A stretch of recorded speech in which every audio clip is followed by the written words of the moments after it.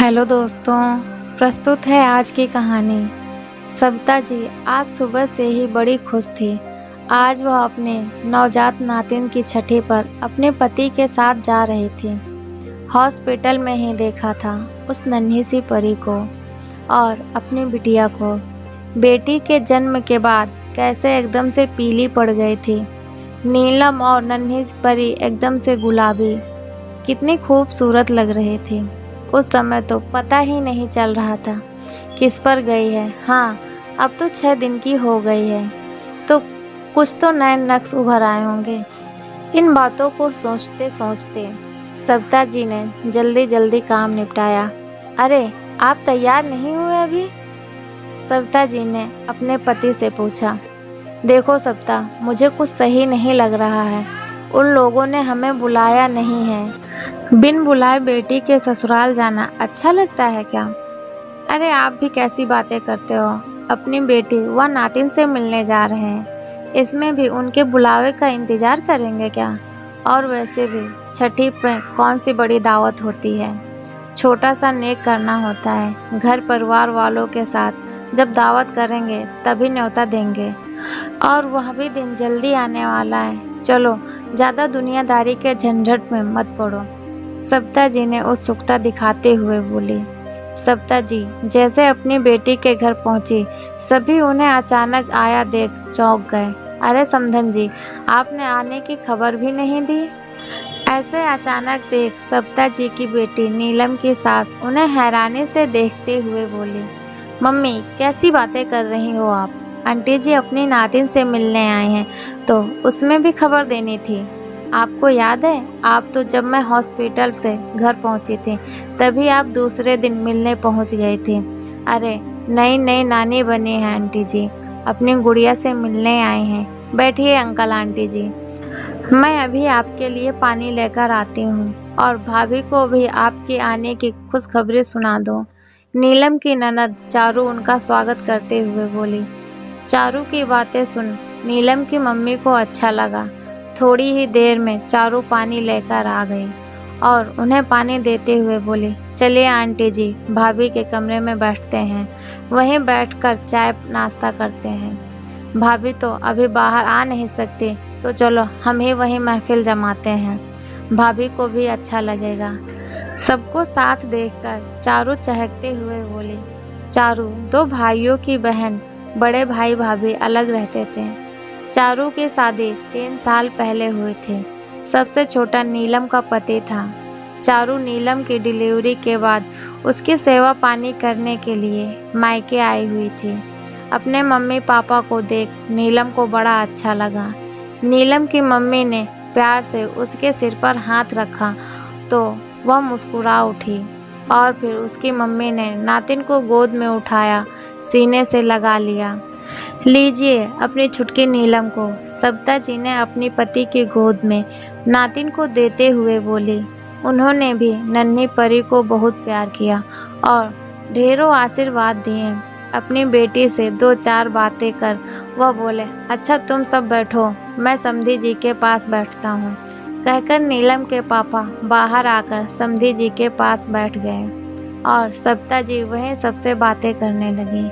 क्या mummy, hospital से आए मुझे इतने दिन हो गए, आप आ जाए हो? नीलम अपनी मम्मी से बोली।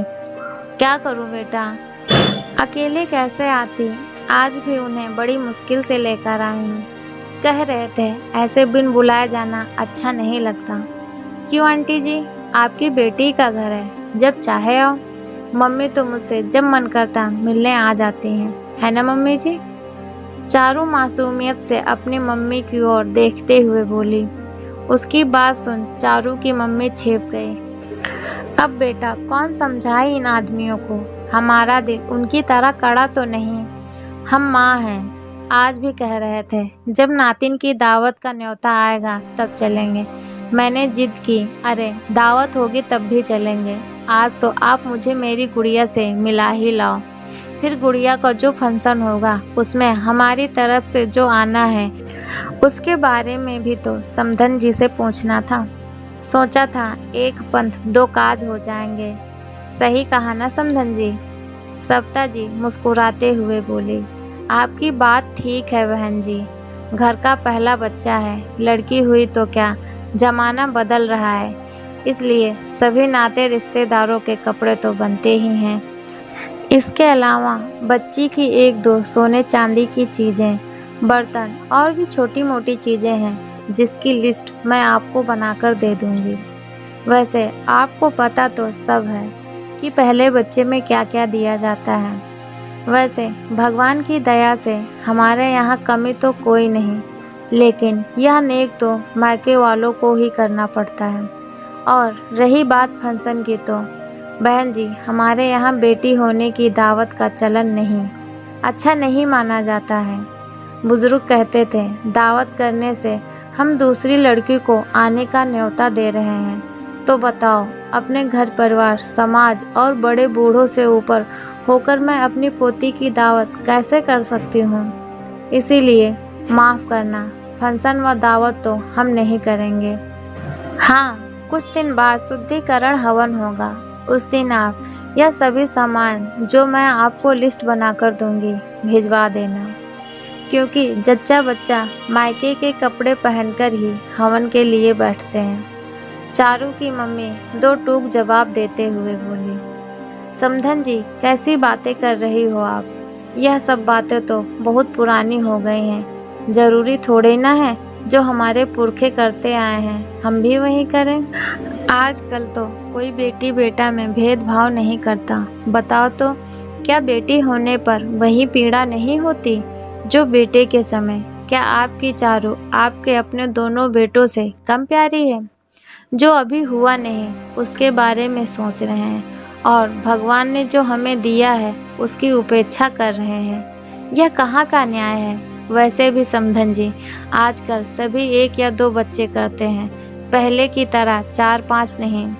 पहले आदमी ही कमाते थे, पैसों की कमी रहती थी तो इसीलिए एक आधा ही समारोह किया जाता था, लेकिन अब तो पति पत्नी दोनों ही कमाते हैं, फिर क्यों अपनी खुशियां मनाने में कंजूसी करनी? सविता जी अपना पक्ष रखते हुए बोली, देखिए बहन जी, मैं किसी बहस में पड़ना नहीं चाहती।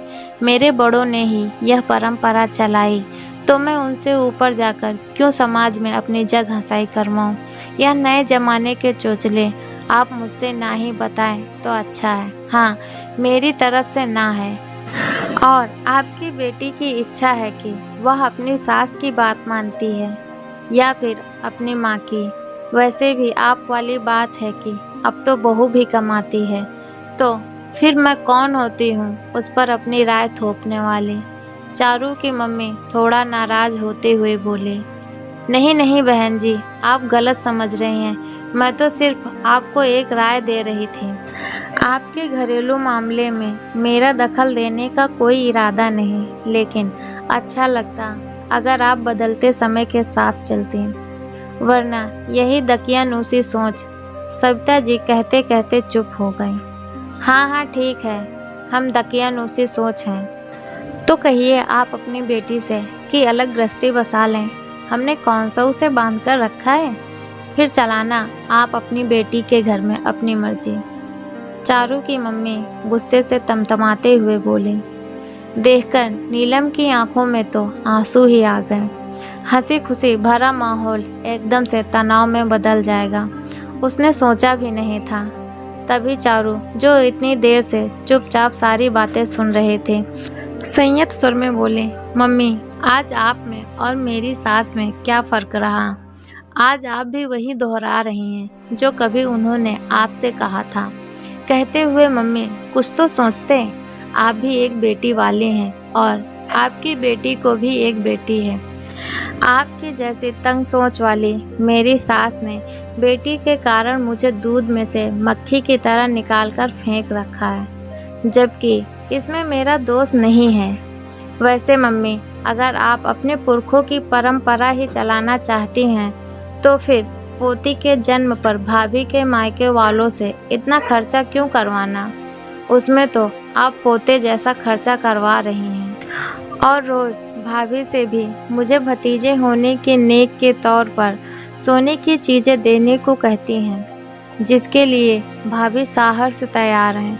मम्मी, भाभी और उनके मायके वालों से तो आप अच्छा खासा खर्चा करवा रही हैं और खुद दकियानूसी रिवाजों की आड़ में अपना खर्चा बचा रही हैं। मम्मी, आप भी मेरी सास से कम नहीं। शर्म आती है मुझे आपकी सोच पर। कहते हुए चारू का गला रोंद गया। बेटी की कही कड़वी किंतु सच्ची बातों को सुनकर नीलम की सास का चेहरा सफ़ेद पड़ गया। फिर बेटी की पीड़ा का एहसास होते ही उसने उठ बेटी के सिर पर हाथ रख उसे संभालते हुए कहा, माफ़ कर दे चारू, मैंने अनजाने में तेरा दिल दुखाया। तूने सही कहा, मुझ में और तेरी सास में अब तक कोई फ़र्क नहीं था, लेकिन आज से फ़र्क होगा। समधन जी, आप सही कह रहे थे, हमें बदलते समय के साथ चलना चाहिए। तो मैं पीछे क्यों रहूं? इसकी शुरुआत अपनी पोती की दावत से करती हूँ।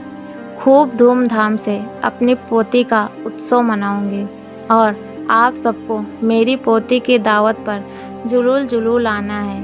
अपनी पोती को लाड लडाते हुए चारू की मम्मी बोली।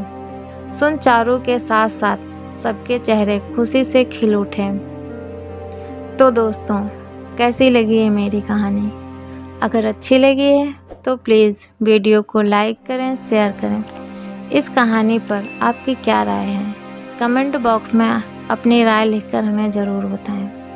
वीडियो पूरा देखने के लिए आपका बहुत बहुत धन्यवाद।